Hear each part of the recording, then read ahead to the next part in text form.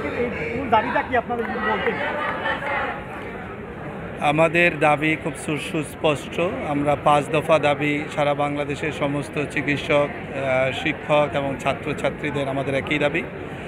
সেই 5 দফা দাবি আমরা লিফলেটের মাধ্যমে আপনাদের কাছে পৌঁছেছি। 1 নম্বর দাবিটা হচ্ছে বাংলাদেশ মেডিকেল কাউন্সিল এবং ডেন্টাল কাউন্সিল থেকে MBBS পাস করা ছাড়া, BDS পাস করা ছাড়া কোনো রেজিস্ট্রেশন দেওয়া যাবে না এবং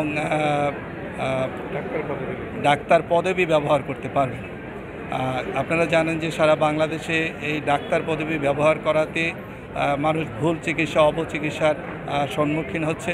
আমরা চাই এটা সারা বাংলাদেশের মানুষ যেন সুচিকিৎসা পায়, সেই হিসাবে Bangladesh medical and dental council এবং স্বাস্থ্য বিভাগ যেন জরুরি পদক্ষেপ নেয়।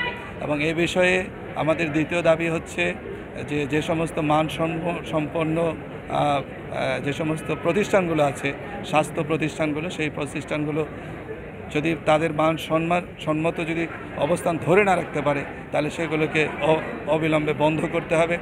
এবং আগামীকালকে একটি রায় আছে যে এই যে ডাক্তার পদবি তারা ব্যবহার করছে, সেই রায়টা নানা অজুহাতে বারবার এটাকে পিছানো হচ্ছে বছরের পর বছর। আমরা চাই এটার একটি সুস্পষ্ট সমাধান এবং এই সমাধানের লক্ষ্যে কেন্দ্রীয়ভাবে যে ধরনের কর্মসূচি পালন করা হবে, জালালাবাদ রাগিব রাবেয়া মেডিকেল কলেজের সমস্ত চিকিৎসক, সমস্ত শিক্ষক এবং মেডিকেল শিক্ষার্থী সেই আন্দোলনের সাথে একাত্মতা ঘোষণা করছে। বর্তমানেও আছে, ভবিষ্যতেও ইনশাল্লাহ আমরা এই আন্দোলনের সাথে থাকব। আমরা চাই সারা বাংলাদেশে অনেক চিকিৎসক সংকট আছে এবং সেই পদগুলো, শূন্য পদগুলো MBBS ডাক্তার এবং BDS ডাক্তার দিয়ে যারা পাশ করেছে, রেজিস্টার্ড ডাক্তার তাদের দিয়ে সেই শূন্য পদগুলো পূরণ করতে হবে অবিলম্বে।